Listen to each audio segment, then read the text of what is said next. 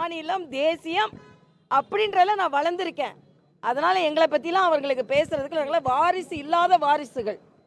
அவங்கெல்லாம் வாரிசுக்காக வாரி கொடுக்கின்ற வாரிசுகள். அதனால எங்களை பற்றி அவர் பேசக்கூடாது. மோடியா லேடியா கேட்ட அரசியல் செய்த ஜெயலலிதாவின் கட்சியை பாஜக வெளியிடுன்னு இன்னைக்கு சிவசங்கர் பேட்டி அளிச்சிருக்காரு. சிவசங்கருக்கு இப்போ என்னங்க பிரச்சனை? டெல்லிக்கு போனால் அவருக்கு என்ன பிரச்சனை? இன்னைக்கு ஒன்று என்னன்னா பயம் படுறாங்க. டெல்லிக்கு போய் அண்ணன் எடப்பாடியார் ஒருவேளை டிக்கெட் போட்டார்னு வச்சுக்கோங்க, இங்கே திமுக சிவசங்கரில் ஆரம்பித்து முதலமைச்சர் வரைக்கும் உதறல் எடுத்துக்குது. டெல்லி எங்கெங்க இருக்கு? டெல்லி இந்த இந்தியாவுக்குள்ளே தானே இருக்கு, தலைநகர் தானே டெல்லி. அதனால் டெல்லிக்கு போனால் இவங்க பயம் எடுத்துக்கொள்கிறது.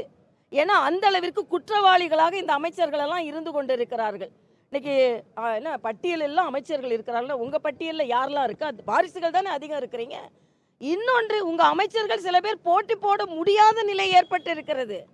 அதனால் இவங்க எனக்கு ஆச்சரியமாக இருக்குது. காலையில் அமித்ஷா அவர்களிடம் இருந்து தகவல்களை வாங்கி வருகிறார்கள் அப்படின்னு சொல்லி நீங்கள் பார்த்தீங்களா? இன்னொன்று, ஸ்டாலின் அவர்கள் கனிமொழி ஏன் டெல்லிக்கு போனாங்க? இன்னைக்கு யார்கிட்ட தகவல் வாங்குறீங்க? சரி, நாங்களாவது கூட்டணி கட்சி தலைவர்களிடமிருந்து சில தகவல்களை பெற்றுக்கொள்கிறோம். நீங்கள் உங்கள் கூட்டணி கட்சி தலைவர்களை எப்படி மதிக்கிறீங்க? அண்ணன் திருமாவளவனை பற்றி பேசுனா நீங்கள் அவங்களுக்கு நியாயம் கொடுக்கல. அங்கே உள்ள கம்யூனிஸ்டுகளுக்கு நியாயம் கிடைக்கல. ஒன்று இன்னைக்கு சொல்லுவாங்க, நாங்கள்லாம் நியாயத்தோடு தான் இருக்கணும்.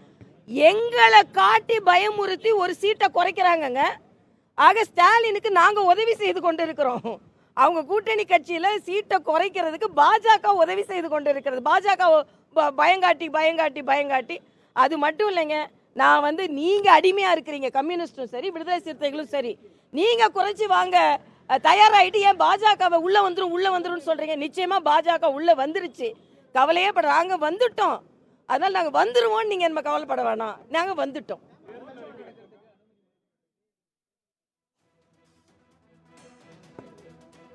இன்னைக்கு சொல்லியிருக்காங்களா?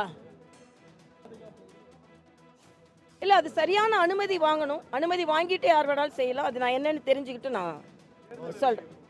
தேர்தல் அறிக்கை நாங்கள் தயாரிச்சிட்டோம், மாநில தலைவரோட ஒப்புதலுக்கு கொடுத்துருக்குறோம். அவர் எப்போ ஒப்புதல் கொடுத்தாலும் நாங்கள் வெளியிட்டுருவோம். நல்ல அறிவிக்கிறோம். நிச்சயமாக இருக்குது. தமிழ்நாட்டினோட மொத்த வளர்ச்சியும் அதில் இருக்கிறது. அண்ணன் எடப்பாடியார் அவர்கள் குளிர்ச்சியான தேர்தல் அறிக்கை கொடுத்திருக்கிறார்கள். நாங்க வளர்ச்சியான தேர்தல் அறிக்கை சேர்த்து கொடுப்போம்.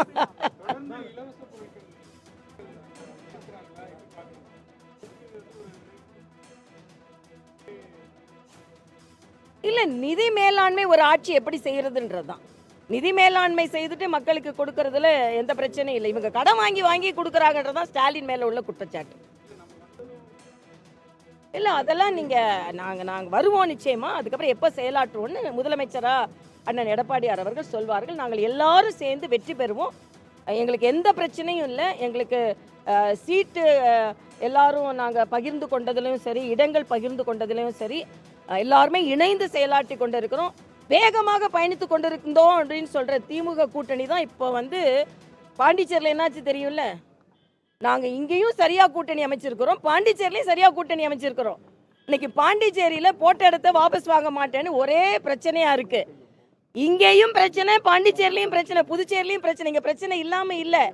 அதனால் நாங்கள் பிரச்சனைகளை தீர்த்து நாங்கள் வெற்றிப்படியை தாண்ட ஆரம்பித்து விட்டுறோம். அவங்க இப்போ வெற்று தேர்தலை கூட்டணியை பேசி கொண்டிருக்கிறார்கள் என்பதுதான் எனது கருத்து.